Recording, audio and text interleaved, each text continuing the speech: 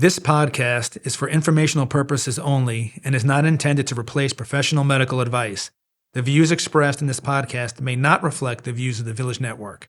If you are struggling with mental health, please see our show notes for a list of resources.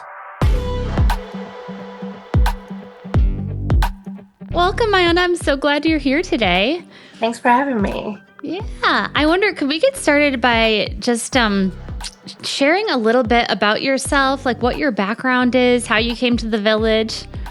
Okay. Well, my name is Iona. I am a licensed professional clinical counselor now. I got my independent license at the earlier bit of this year. Congratulations. Thank you. I have a bachelor's in psychology and a master's in clinical mental health counseling. I went to undergrad in Ohio and moved away and came back because my mom's a travel nurse. Long story short. But upon coming back, I did some interviews fresh out of grad school to look for a job as a therapist. And I wanted to work with kids because my internship was with adults. I had like a mix, but it was mainly adults and people older than me, which was nice. But I kind of wanted to, we did a group with kids and I wanted to explore that more. And then TVN was hiring for a job in schools, which is where I've been for the past 5 years, except in different schools, but same contract with the schools. And then my interview, they told me about the neurosequential model and I was sold. So the NMT wasn't something you learned about in undergrad or grad school? No, it's crazy to me, like learning about it and being trained in it. And as much as we talk about it and teach it, how many people that I know in the profession who've never heard of it. But then there's other stuff that people do, but they don't know. I don't know. It's very interesting because I share it a lot because I don't know why people don't know about it. Well, and I think when Clint and I met you, we came down to tour your classroom, and I think we were hooked on the way you do it. So tell us a little bit about that classroom that we got to see done in Dayton. Okay. Well, I think ever since I've started, I've had this weird knack for wanting my spaces to feel very comfortable, like almost homey, but I still want you to know like this is a setting. It's changed depending on the kids I've worked with, because when I had middle schoolers, I kind of took that on. But when I got the opportunity to work at the early childhood program that you got to come to, I was super excited that summer and I was buying so much stuff just to make sure that it was inviting for the kids. And I've learned that I've bought a lot of stuff that luckily came in handy, but not as much as I thought it would because every kid has different interests. So I have some kids that like the little animal toys and other kids that preferred the Legos, but then other kids that preferred the magnet tile Legos.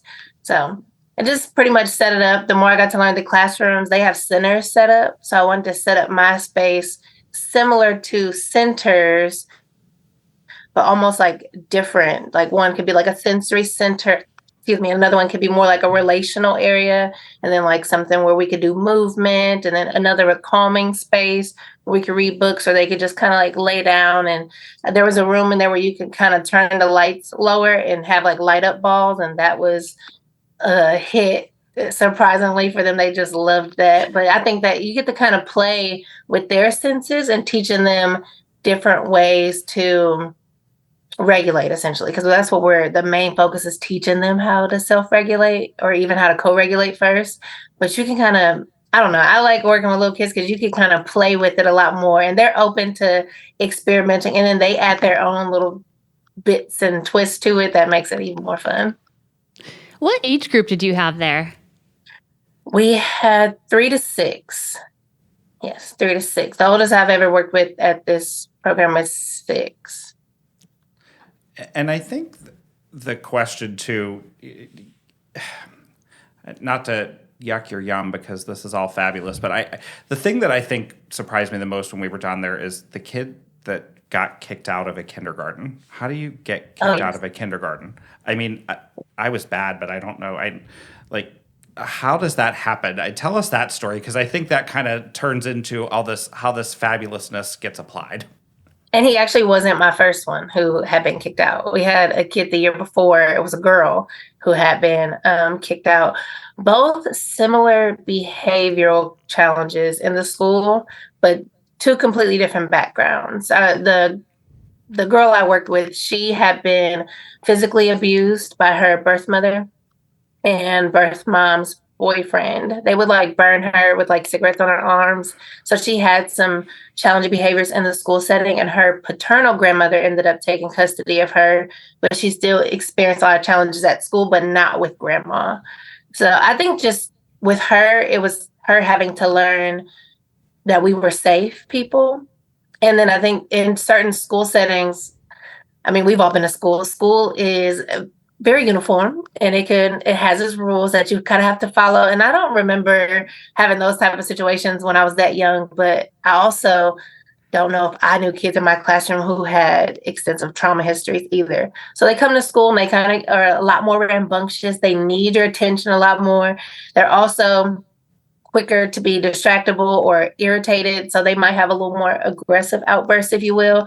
And if you don't have the manpower, so to speak, those students aren't going to be able to stay. I would say more so the support, because those schools didn't have the support to also meet those kids' needs.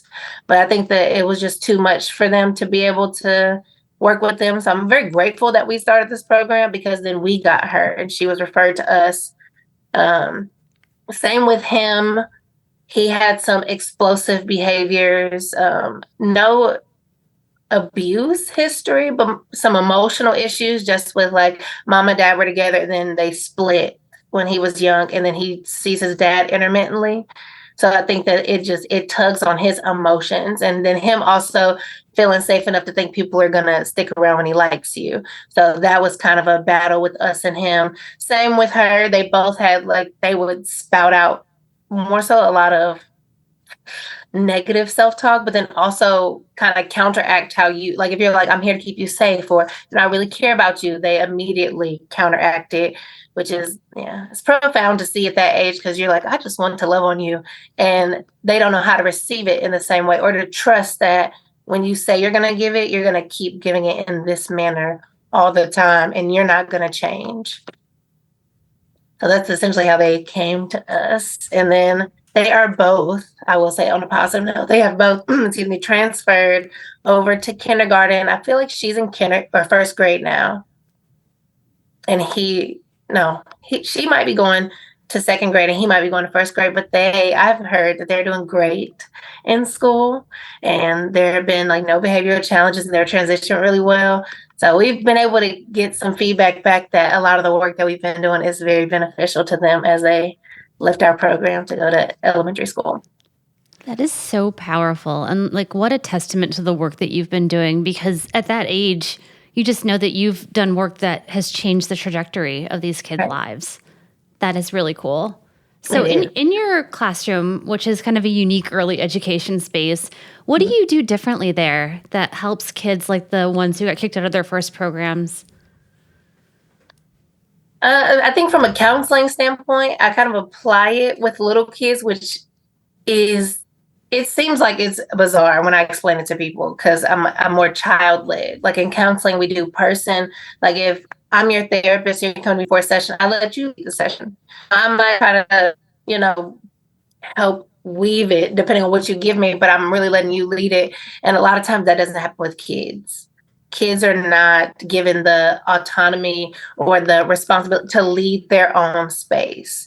And school, it's really not even your job to lead it, because you're here, the teacher is the one, you have to follow the school rules. So in my space, you can kind of pick and choose what you want to do. Like if I have an activity planned out and you might want to participate, great. And then we can do something else you want to do. But 9 times out of 10, I didn't do a lot of trying to plan extensive activities, because they usually didn't want it. They really just wanted the free space to just be. I had one kid, I don't know if you've ever seen those like sensory toys where you kind of like, they like, and then you can like scrunch them up and they make a loud noise. He wanted to connect them all together, scream in it, and then run around in a circle. And I tried to make it to where there was enough space to where I didn't take up too much room, so that the kids who did need to get out some energy, this was also a space for that. You can roll on the floor. We've like used like these rolly cars and just like roll them all over the floor. I have these like little ping pong balls. They can throw them everywhere, and then we'll pick them back up, and then they'll shake them and throw them everywhere. So like, I'm okay with you making a mess in here, because I can clean it up later. It's not a big deal. You might even help me clean it up. I'm okay with you being super loud in here, which usually most of the time the people I work with luckily know that it's okay. Because we've had like those, bubble wrap. When you pop it a lot and kids are stomping on it, it sounds very alarming. And we've had people running in and check, but it's just us popping some bubble wrap and they'll roll up in it. They like to roll in the bubble wrap. They want you to roll them so they can roll on the floor and listen to it pop. Yeah. So I'm pretty much child led, and then we get to just do like your whatever you wanted to do as a kid. Like when we were kids, there were like little things you want to do that you probably shouldn't do, which kids have impulse issues, if you will. I don't really think it's an issue because it's typical, but they want to act on their impulses. So I give you like a safe space to do it. And then to me, the more you learn the kids, you can find ways to like improve a skill here and there. Like my kids with certain impulse control, like they don't know how to manage their impulses. As we're playing, we might just do like pauses. So we might be like running there. They love when you chase them. So of course I'm happy that it has kept me semi in shape. But when I'm chasing them, I might just pause, or then I might flip it to where now it's their turn to like chase me. And then we pause when we're doing it. It kind of builds up the ability to kind of stop yourself, which is good to do when kids are having fun, because those are the hardest times to stop your urges. And when you're like high energy and you're having fun and you're really into it, it's hard to then stop yourself. So those little things are like building blocks that you don't, when you see it, it just looks like, oh, you guys are just playing. But yes, we are. But they're learning so much. We learn so much through play. Well, and at 48 years old, I'm still practicing the pause. So, but Ayana, do these kids have brain maps that you kind of know where to start, like with the activities? Like we talked about the brain mapping. Like, do they have, when you look at their plan, do you kind of guide them to a certain section of your classroom? So the brain map does allow me to kind of write their treatment plan based off what functional domain they fall into. I usually use that more for educational purposes, like maybe explaining to a parent or a teacher or other staff in the school just where our focus should be. And then with me, depending on what activity they want, you can kind of fit it to one of those domains. Like there are ways that, in my opinion, you can manipulate an activity to be a little more cognitive or relational or something towards your emotional, like, or emotionals, emotions. Like you can kind of manipulate an activity to kind of fit each of those.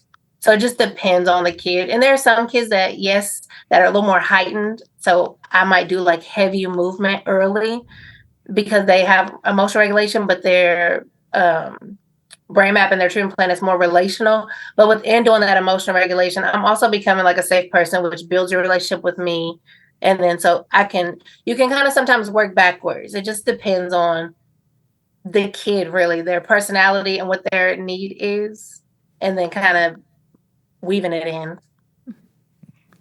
I wonder, could you share an experience of a kid who maybe changed the way you think about what you do, or who's possibly just shaped how you approach your practice? Honestly, probably when I was with the middle schoolers, when I first got hired with TVN. Honestly, one of my first clients, who I believe he's in high school and he's doing well too, last time I checked. But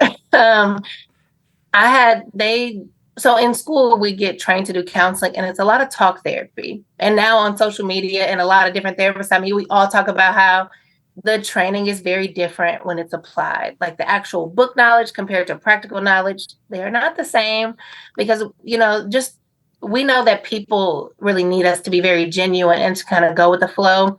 But in the way we're trained to do it, it's a lot more talk, and it's a lot more us kind of staying in like a professional bubble that the more you practice, you have to pop it, because our clients benefit a lot better from us just being able to be ourselves with them.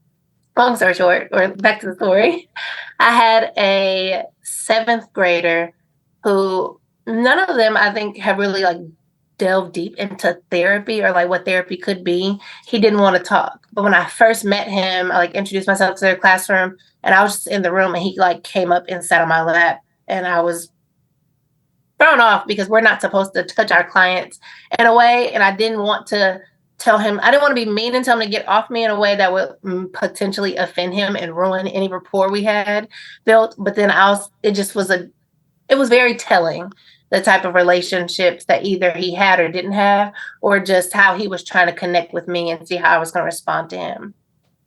But then in therapy, he did not talk. He would not talk about anything. He did not like me asking him questions. And then we ended up, I had these, I used to get them from like Five Below, these big sensory squishy balls that like sound like water. And he liked those. And then he started off not being the nicest and trying to throw them. And I would just like toss it back. And then we just started tossing it back and forth to each other. And we wouldn't talk. We would do this for like 30 minutes. Sometimes if he stayed longer, we could do it for an hour of us just tossing the ball, no words.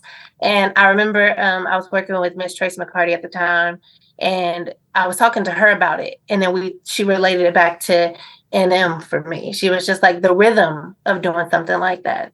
The rhythm, and in a way, it's relational. It's a give, and it's a serve and return. And I think that he was able to kind of learn me better, that I wasn't forcing him to talk. I didn't feel away. I didn't stop coming to get him because he wasn't communicating or doing therapy in a typical sense. And eventually I think we got super close, because then he would talk all the time about all types of stuff. Even when he ended up transitioning from us, he tried to call to let me know that he was doing great in school. But that was such a huge change from the kid who would not talk. He just wanted to toss a ball back and forth. And I think that kind of just opened the doors for me, because I was looking like, this is not, how am I going to do therapy like this? This is not therapy. And she's like, it is. And I was like, is it? And then we talked about it, and it has changed, which is, I think, why I'm able to, like, with the little kids, just kind of have fun and just take the barriers off, and just, you can make it there. Like, it's still therapeutic. It doesn't have to be like, the traditional somebody sitting and just chit chatting therapy. So that pretty much changed a lot for me, working with my middle schoolers who it took them a while. So, Ayana, as I look at your face, and I know that not everyone can see you right now, people who are listening, but your face is just aglow when you talk about these kids. Like, it's really obvious that you love them, that you truly care for these children. How do you take care of yourself when you have so many close relationships with kids? I just imagine that, like, as a caregiver and as someone who's pouring so much of themselves into the work that they do, what do you do for you? It is difficult. I think that I always say the most important part of someone whose job is it to provide care is to do self-care. And I would say, like, it's probably an anomaly that most of us that are in a care providing field don't typically always provide it inward, because we're so used to giving it, that I think for me, it comes natural to even do it in my personal life. So a lot of times I give, but now the more mature I get, the more I'm like, I have to take care of me, because I do love my kids, and I do want to give them like the best part of me, and they can only get that if I'm taking care of me. So I pretty much try to do better with like using my PTO and taking time off, or spending time doing stuff I like, or spending time doing nothing. Doing nothing, I think, is sometimes beautiful, just to be still and just kind of just be able to be present in certain moments. I try to do that. I try to rely on my friends a lot also to like pull me out of work, like to make me take my therapist hat off, which really, the small one always stays on, but to take it off, just to like be, is usually how I try to take care of myself, and just get more into, I like arts and crafts. So trying to get into like scrapbooking and coloring. I have like a lot of coloring books, even get back into reading. So I've been buying new novels just to escape into something else. That's the goal. And I think you can also do it at work too. I think I take care of myself at work playing with my kids, because I like them so much. When I get to do stuff with them that they find exciting, it rejuvenates me too.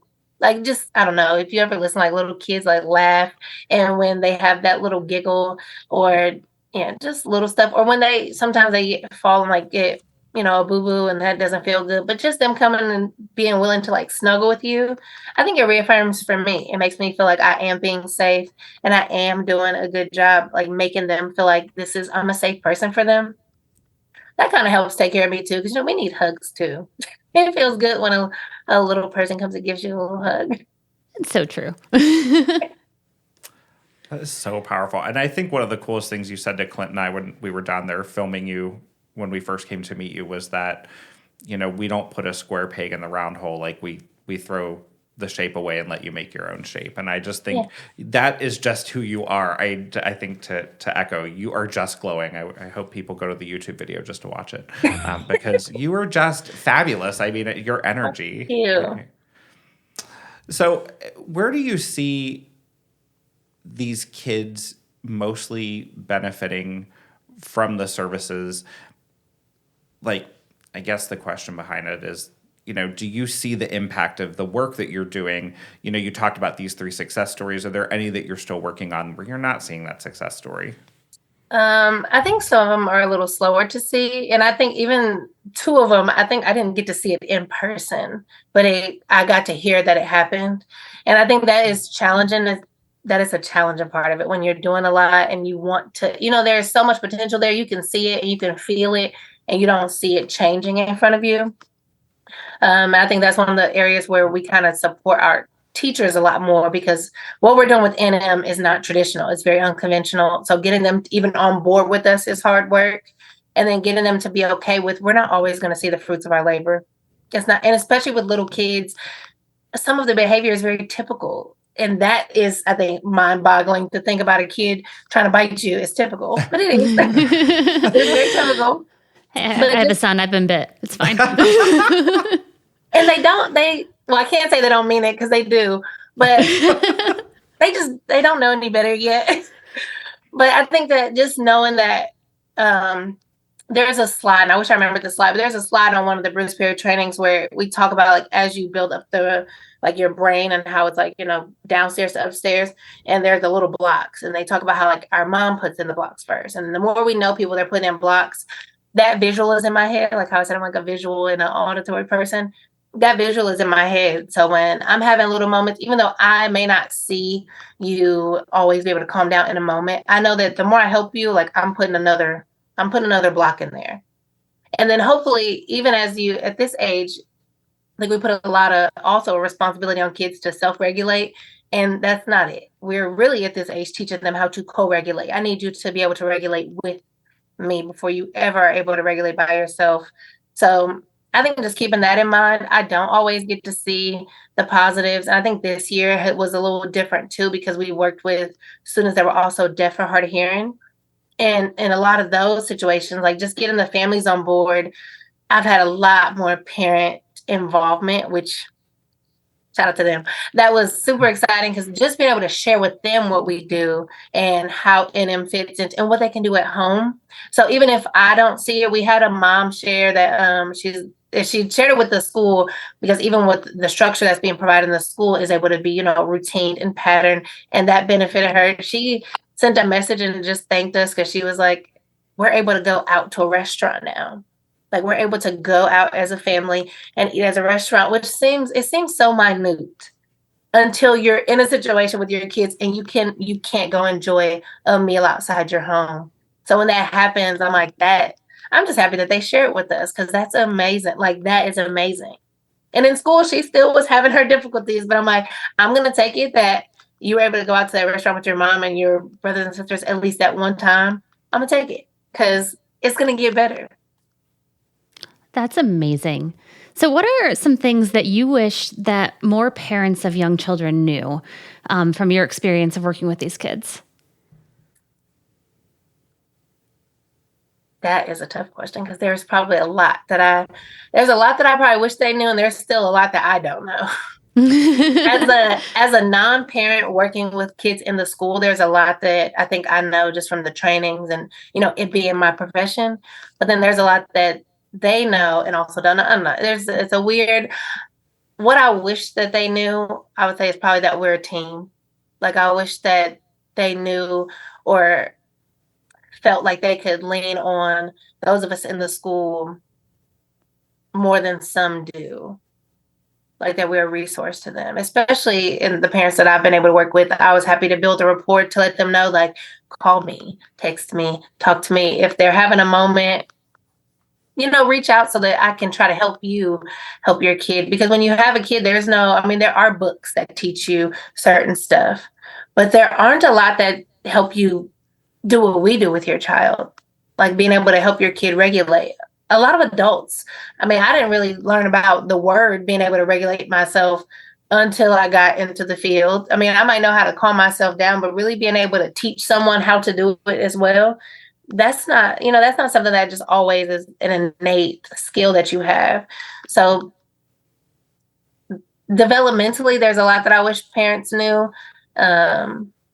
Just on what your kid might need and just how simple the need is. But it's a lot. I think that's a lot of the work is very simple, but it requires so much from you because moments are going to be frustrating. It's going to be frustrating. It's going to be tiring, but you also have to like show up in a very regulated state yourself.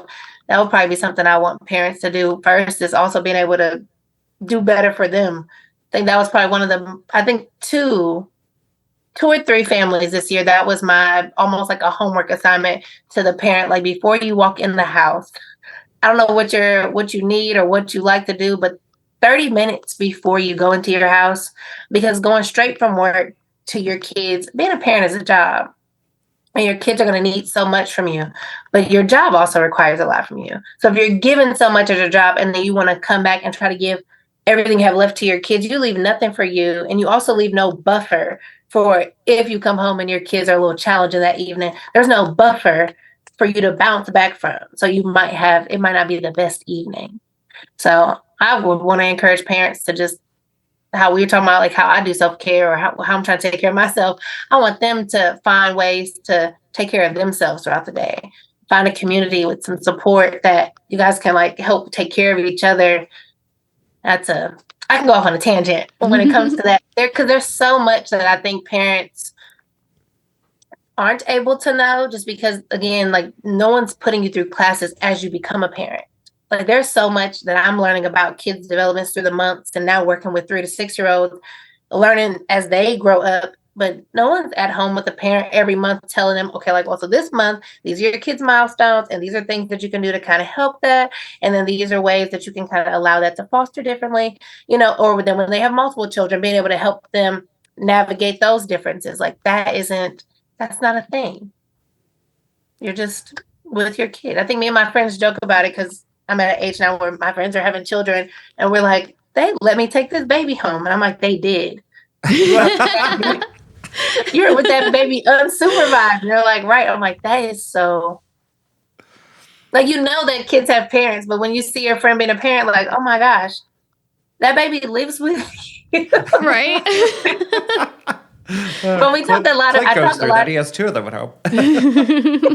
Mm-hmm. It's just, I don't know, the perspective of really being able to process, like, wow, you have a little human. I like to call them little humans because I think it shifts the perspective of how you think about them. But I'm like, you have this little human, and when they're doing stuff with them, I'm like, my brain is just always thinking, like, I just wonder, like, how is this going to like develop them as they get older? But then being in this field with people or friends that have kids or people I know, I like to share stuff. So like I will share different activities I see since I don't have kids yet. So I'm like, ooh, try this. Or like I might find like a book with activities and just share it. And then they like to share videos of their kids doing like different sensory projects. And I just think it's so cool to see. But like even that, like having access almost to like a resource, if I consider myself a resource, like having access to a resource that is like spewing it out to you just because I just want to. I love that. I think that whole thing about being present at home and giving yourself that buffer and, being present at work, it is so hard because the lines blur for all of us. Mm-hmm. I think that's great advice. I love that. I'm trying to work on that. I don't know if anyone else is, but. Oh, absolutely. I think Clint and I both have young kids, and so much of what you're saying resonates in the sense that, yeah, there are days when I feel like even if I have a great day at work, it takes a lot out of you, and then you get home and you're like, all right, job number 2. And, everyone's a little bit sleep deprived and trying to fit too much into their days. And I think that advice about being intentional about how you take care of yourself is so wise. Yeah. And because you get time, by the time they go to sleep, but then that's not even a fair to get, a cup, maybe an hour, depending on how bedtime goes. You get that small window before you have to put yourself to sleep to do it all over again. Mm-hmm. Yeah, sometimes it does feel like you're just getting back on the hamster wheel. Back on the hamster wheel? Good point. Well, and Clint does so well with bedtime. I think we do have a pretty structured bedtime. It goes well. I don't know if you're most of the time. Most of the time. Oh, we have the world's worst bedtime routine. We're going to the bed screaming sideways. It's basically like Henry just talks until he passes out. And sometimes that's at 9 and sometimes that's at 11. It just depends on. It's rough. We know that the only time we get to have together is after bedtime. And so bedtime is still 6:45. Still sacred. Yep. I love that. That's another thing that I've talked to parents about. Getting time with your partner, because once you have kids, like a lot of your focus goes into being a parent, but like you're still a person first, and then you still have your partner, and you guys still deserve intimate moments and date nights and just time to be with each other. I've been encouraging that too, like kick the kids out, lock them out the room for just have a moment, because that's important. My grandmother had 7 children, and she said to all of my siblings and my cousins, she'd said, if you are having children because you think they're going to strengthen your marriage, she goes, nope, they're going to test it, tear it to shreds, put you on the verge of divorce. You will say things you didn't know even could possibly come out of you. So I think, and that's a generation that obviously did it well, but also they let people go out and play more. One of the things that we talked about, and you said earlier, like the playtime, like tell us why that's important, that self-play time. Our brains just need it. There's like science articles now just about how we need to play to learn. Like when you look at little kids and how you can sing a song, or there's so much going on in my brain right now how to answer the question, but there's stuff about how people pick up on song lyrics very quickly because of the rhythm to it, which kind of relates back to why we say make stuff rhythm and pattern, because they pick up on it. You're speaking about how bedtime goes. Well, there's a couple that sings and they do like a little dance party before bedtime, and their kids get really into it and they go to sleep. But I think you just make stuff fun. I think that's why play is so important. If you make it fun, you're usually going to get people to participate a lot more, as opposed to, all right, lights off in this. I don't really want to go to bed like that either. I want a nice little moment before bed or something, or just throughout the day, making it fun for kids. And you're right, back then people did play a lot outside. My mom and my great aunts, and they share stories just about, the whole come home before the street lights come on. When I was young, me and my cousins played outside a lot, or we just got together to do stuff. And now I just think that the societal demands, I think, just make it very hard on a household to just have that luxury, if you will, because it's becoming more of a luxury, or even a safe environment for your kid to be trusted to be able to be outside and play if you don't have your own backyard, depending on what your living circumstances are. So there's a lot of, I feel like, other restrictions that put a weight on it that kind of take that away, and it just doesn't make it, then it's hard to, it's just a hard way to kind of balance, even trying to, I think, propose things to parents. My best bet is to learn you first and have enough rapport to where I can learn what you're already doing, and then see how I can, encourage you to do something or suggest something that fits into what you're already doing with like a tweak, as opposed to telling you, like, you should take your kid to the park 30 minutes, twice a week or something. And if that doesn't fit in your schedule, it's not helpful to you. So I'm just saying something to say something, but I need you to do play. So I might just tell you, actually, instead, go home, get some tape from the dollar store, get some like colored tape and put it on your floors, and then have your kids like do a balance beam. Or you can have them like jump in and out like obstacle courses. You can make a circle with a piece of tape, and we can, you can find little ways like that to do a game at home that just makes stuff fun for your kids, and it makes you have a happy moment as well playing with your kids. Like, being able to incorporate that play is super essential, because fun is essential. And as we get older, we get jobs and stuff, and as adults, a lot of adults do not have fun, and it is a crime. Through that. Like, we need to have fun and do stuff that we enjoy, because I think, we get taught eventually that, you have to be, it's business, take care of stuff. And then we suck the fun out of our lives, which then I think takes the fun out of a kid's lives, because then adults don't know how to have fun anymore. You don't know how to play. So how am I asking you to play with your kid? I wanted a parent to play pretend with their kid, and they're like, we do play. I'm like, do you do like the little voices with the toys? And they're like, no, we don't play with the toys. And I'm like, but your kid needs that. Your kid needs you to be on the floor with the little action figures and, you know, save the bad guys and sing the little Paw Patrol song that I don't know, but they're coming to save the day. Like I go along with the jingle. Like it's extremely important for the regulation and relationship part. And just your kid learning. They learn language that way. The more you play with them and you communicate, they learn different words. You know, they learn social skills. Yeah, there's a lot to learn in play. It teaches you probably all the main skills that we need in life you can learn in a game. You know, I have to say, Anna, like what you just said, it seems logical and it seems almost like common sense. And yet you kind of just blew my mind. I was like, oh, you're right. Like I get home and I am like, checklist, checklist, checklist. And sometimes I will have scheduled playtime. And that's okay. That's good. It's like, but it's like, I'm like, oh, I could be making this a lot more fun for all of us. And maybe that would be beneficial. I can't pretend on the level that my 4-year-old daughter can. She is anything can be pretend for. It's impressive. That's awesome. How deep she can, and it actually worries me sometimes because I'm like, I think you're always living in a pretend world instead of the real world. It's probably funner there. I can guarantee it. Can we all move into her pretend world? I don't know. She wants. No, we don't want to move into Sloane's pretend world. Ayana, can I ask you? Can we shift away from like parents and whatever? And I wanted to ask because my wife was in education for almost 10 years.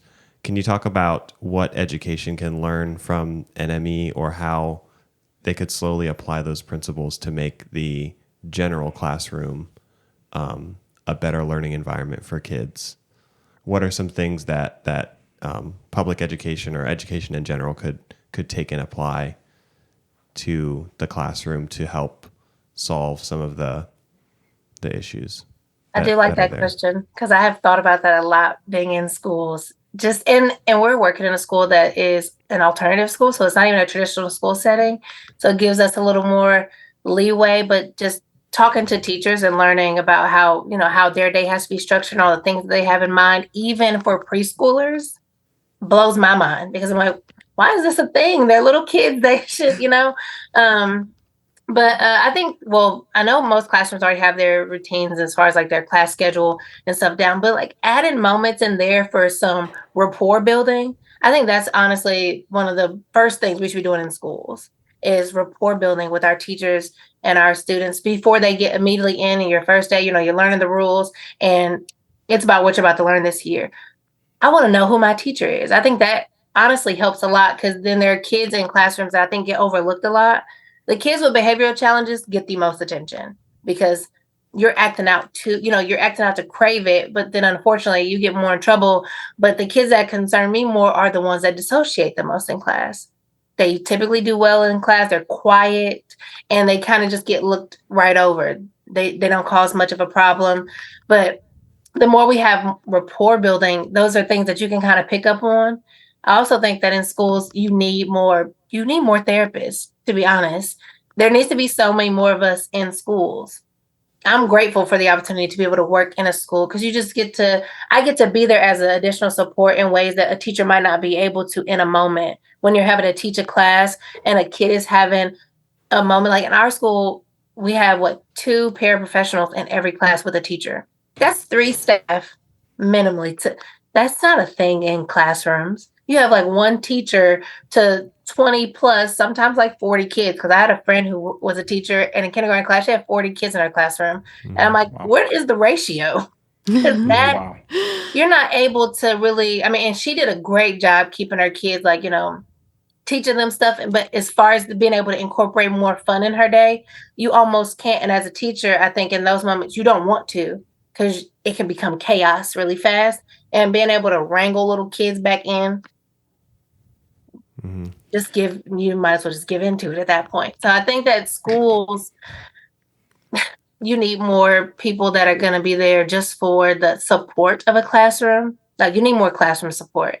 If you really want teachers and the students to thrive, you need classroom support. I think it needs to be almost like mandatory that there's like rapport building before we ever get to the education part. You have to connect first. You have to, because then when a kid is starting to have difficulty and you want to add a correction, I like have this like phrase. I think I got it from conscious discipline, like connection before correction. You need it, because if you're just correcting me and there's not enough rapport there, I might think you're mean. I might think you don't like me. And as a little kid, they internalize that. And then now they think a lot of teachers don't like them and a lot of teachers are mean. And you kind of almost build like a foundation there. And they carry that through school and into adulthood, unfortunately. Ayana, I'm sorry. Were you going to say something else? Oh, no. I was going to say, there's a lot to answer that question. So go ahead. Well, and you hit on something. One of the schools we just toured on Friday or Thursday of last week was telling us that they get together in a circle in the morning with these kids to kind of build that rapport, because they're actually talking to these kids about, they cannot be in a place to learn until they have debriefed that maybe they didn't have dinner last night, or that their brother their mother's brother who lived with them got arrested, their uncle. So these kids are coming from an area that needed to debrief about just really heavy things that as an adult, I don't know that I could unpack. Right. So I think, to your point, if you have that rapport, it's really key. And I'm like you, I don't have kids. So that was so powerful for me, because I thought to myself, how could a kid learn? The kid's going to act out because they experienced trauma last night. Right. And then that's even heavy to give, because teachers, they don't have, they're not trained to do the therapeutic part of it. And I commend them for being able to take that on. But that also adds another load on them when you do open up that, for lack of better words, like a can of worms, when you're in a morning circle and a kid shares something like that. Because do you just brush over it and be like, I'm sorry to hear that. All right, guys, it's time for math. Let's look at our, it's time to look at our psych work. Right. In those moments, we have more support in the school settings. That will be a moment where, you provide some, affirming words at that moment. Maybe you finish out the circle and you send a message to whoever in the building, a therapist, social worker, someone, to at some point come check on this kid. Or maybe at some point I have someone come in my classroom and take over, and I take that kid out to take them to someone else. Because that shows me that, there's also some support needed at home, but this kid might need it. Maybe they can't talk about it at home. So then we kind of find ways for them to have that outlet at school. That's probably the most important thing to me in our school settings, is that we need more classroom support, more teacher support, because we are of course already innately trying to find ways to support our students. The more we're into this field, we are looking for ways to support them, but we also have to find ways to support the teacher. Like the first 2 years that I was in this early childhood program, I was in the classroom a good portion of the time, in the classroom, so that if challenging behaviors pop off, I'm there to help. If, when a teacher is leading something, I can sit with kids and help them engage. I'm able to do that, but that's a very untraditional role for a therapist. I was not trained as a counselor to sit with kids in my lap and bounce them. Oh, sorry.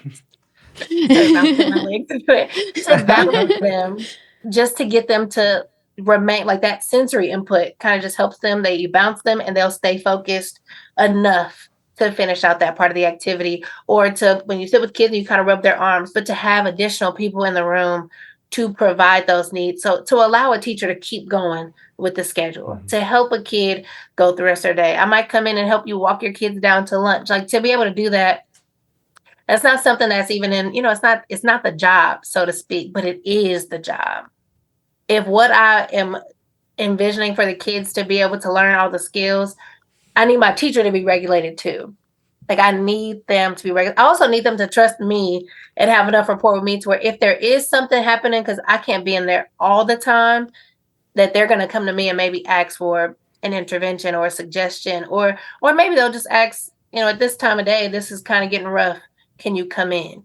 And then I might be able to give suggestions where sometimes we try to find patterns in their day, or how can we flip around the way your schedule is already going to make it different. When you're doing certain movement activities, maybe we talked about like making some of them more structured, where maybe we could set up an obstacle course to get them to do that first, and then they do some free play, some organized play, because that's important too. Like, on top of, I know I've been let's do free play, or you need to play with kids.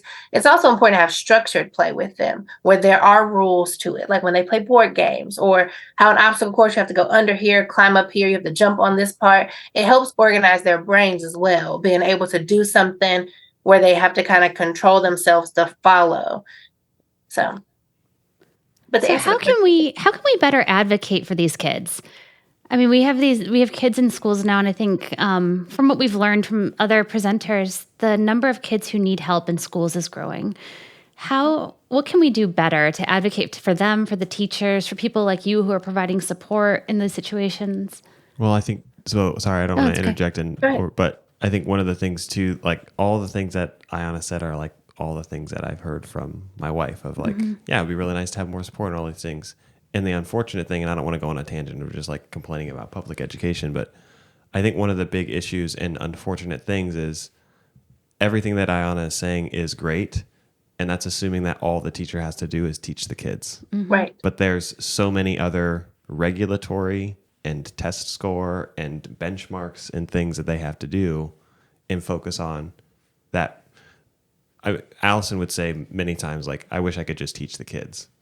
But by the time she left, she felt like she was teaching less and just checking off boxes of what they had to do to meet a goal or meet a benchmark or make sure that they were prepared for this next thing. She never really felt like teaching was what she got to do. Yeah, the way our system is designed, unfortunately, and I don't want the wrong people to see this. I'm not I am kind of bashing the system. I just think the way that it's even designed it's just not fair. It's not fair to a teacher to come in, because you do have the friend that I had that was a teacher. She would share stories every day and call me and tell me about her kids. And I'm like on the phone with my therapist brain about to explode, because I'm like, your kids need this, this, and this. And she's like, well, I can't do that because I have to do it. And I'm like, I hate it. I'm like, I wish I could just come to your school, but I can't because I'm at work at a different school. And I'm like, I wish that I could almost just like clone myself. I do not want to be cloned for all those watching, but I wish I could clone myself to be in every school, because it is needed. Because they do have the standardized stuff that they have to do, all the assessments they have to, even being able to help at a preschool level when they have to do certain assessments. It's helpful that we have 2 paraprofessionals also in the classroom. So if a teacher has to take out one kid to do an assessment, there's still 2 staff people. And even then, you'd be surprised that sometimes 6 kids and 2 or 3 adults is still not enough adults. It is not enough. And it mind boggles you, because you're like, they're little kids. That's fine. Until you go into a classroom and you're like, it is not. Because you might have one kid running because they're just like, I'm over it, and they have the zoomies and they need to run. And guess what's going to happen? Another kid's going to be like, that looks fun, I'm going to run. Then someone has to catch them, but you can't chase them because they think it's fun. And you try to keep it safe. So you have to find a creative way to catch them, to get them from running, while another kid might be climbing. Like, there's so much that could be happening, but you have to pause your day. But then when they pause their day, all that does for a teacher, I feel like, is move everything they had on this list. That they already have a Tuesday list. Monday's list is now Tuesdays, and it's going to keep compiling, which is just stressful for them. So then you come into your job stressed to try to think about how you're going to do all the things you're supposed to do, while also navigating your classroom of kids who could care less about what's on your to-do list and all the tasks you have to complete for them. To advocate, that is the goal. I don't honestly know how. I don't know because I feel like we talk about it on social media. There are teachers now on social media trying to make other things to support each other globally. It would have to be like a systematic change. And I don't know how we get to that part. Like, I don't know all the ins and outs to how that can happen, but that would have to change how we structure our schools. Even what we teach in schools, to be very frank, a lot of it is not always useful as an adult. I mean, as we become adults, there's so many things we learn in school that I don't apply. I don't need that information. So if we could even change the way our school system, like what classes we're teaching to kids, to really help them become, well-rounded, functioning adults that just have different information. And then I feel like that's what college is for, when you get into certain like specifics. But that's a different conversation too. But the advocacy part, it has to be systematic. So the more we talk about it, We talk about it, and not just at work. We talk about it with different friends and different people, and we plant seeds with them, and then they will carry them on. And hopefully there's enough chatter to where, I don't know, it becomes a movement. I don't know, if I really have no clue how that part of the system changes necessarily, but that's what needs to happen. Mm-hmm. We need more Ayanas. Yeah, we need more Ayanas. And I feel like just overall, I think that as a society, we ask a lot of the public school system, especially shifting from what I remember from being a kid. And maybe it was different then, or maybe it was the same. I have no idea. I was not aware enough to ask any of the questions, but I feel like we ask a lot out of it, but are not willing to really pour into it to make it into what we want it to be. Exactly. There is not a lot of support given to public schools, and we do want them to do so much. And we're with kids the day, essentially the entire day. You're essentially the one raising the child. I think that's another thing that is not the perspective of what schools do. They're not just teaching; they're raising the children. Mm-hmm. Some of the kids that we're potty training them, they're in speech services. So you have kids that are learning to communicate. There's a lot that is being placed in a school setting. A lot of schools, and we feed the kids there, but some of them, that might be their only meals throughout the day. So they have to be there. And then there are kids that so you have to find ways to give them extra food. I'm happy with the school that we partner with, TVN partners with the ESC. They can sometimes provide bags if we have extra food, bags for them to take home. And you have kids who want to take extra snack for a sibling, but it's I don't know, it's so much of a need. And I feel like we need more people to give into the need, but then we also need more funding and financial support for parents and teachers alike, because even our teachers that are in these settings that have to give all of this to a classroom, they have kids at home. So then they have to go home to their children. It's really just a cycle of a lot. It's overwhelming. Absolutely. Mm-hmm. And we're all looking at each other like, all right, who's got an answer? Yeah, who's going to Which one of you is going to solve this problem? Well, I'm going to clone Ayana. Oh, well, all right. Fixed. Do you use that technology? I don't know. If we did, we could make millions, billions. Because you're fabulous. And I have to say, I think Clint and I both saw that when we were down there. And I know that we made you a fangirl. And oh, absolutely. If I could send my son to a school that you were in, I would do it. Right? I mean, I would enjoy it as well. Well, you're fabulous. I feel like we could talk to you for another 50 minutes, but I wouldn't mind. Yeah. Is there anything we forgot to ask you? Anything else you wanted to say before we head out?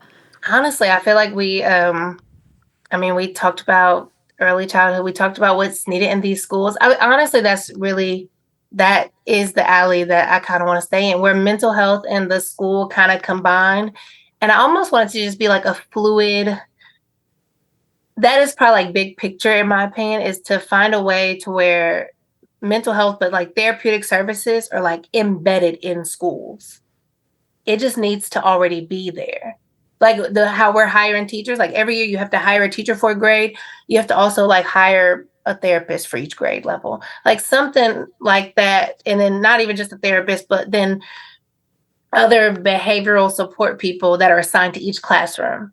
Outside of a teacher assistant, I feel like every teacher needs at least one assistant. So if it was up to me, there would be like 4 adults, 4 staff to every classroom with our kids. And then we would cap it, because most of the schools that I'm working in right now with our little kids, even when I was working with the middle schoolers, they only went up to 10 because it's an alternative school setting. But in our public schools, our other schools, they load those classrooms with 20 plus children. Mm-hmm. That is a lot. 10 kids in a classroom doesn't seem like it should be a lot, but it is a lot. So then double it or triple it, and we're expecting them to all learn. They all have different learning styles.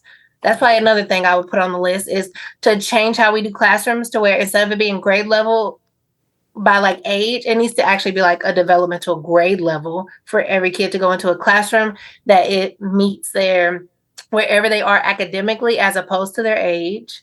And then maybe if we could find a way to tweak it to where it also caters to their different learning styles. There's a lot of tweaks that I think are very unconventional, but that's what I would want for our schools at some point, because it's just needed. It's needed, and it should just be kind of like embedded in it. because that's another thing. See, now I have more. That's another thing that I feel like is a struggle right now is that I've learned with working with the little kids, getting their children resources and support outside of school without certain diagnoses. Like that's I think an area, because my job is also supposed to be to diagnose your kid. And some of our kids with behavioral challenges do not equal a mental health disorder. Now, it might show that there's some concern, there's some therapeutic need, but it's not a disorder just because you're having some. And I know that professionally, the way the profession was built up, they will kind of just tack on some diagnoses to some behavior difficulties, but that's not the case. And then now I went to a training because it was for diagnosing kids from 0 to 5. And even in that training, we talked about just how parents are seeking certain diagnoses in order to get their kids the services they need. And to me, it should be just base level to where we just provide the service. And then if there's a need, we increase it. But if we're already providing the service, we're already meeting your needs. So then there's less likely for all of the challenges that come later because we're already building that, that foundational support is already there. Well, I think you're on the way to building a policy that I was going to say, I would support. We can vote Ayanna into the State House to do policy and legislation. I don't know what I need to say, but I will say it. I vow to commit my life to this. Well, you are going to do great things, and you are a name to watch. So we definitely expect great things from you because you're already doing them. So we can't wait to see where you go next. I really appreciate it. I appreciate this opportunity to talk about this because this is everything that I think about and journal about. There's so much there. There's a big need. This is the real. It is. Thank you so much, Ayanna. Thank you. Thank you. Thank you guys. Bye, dear friend. Bye. Bye.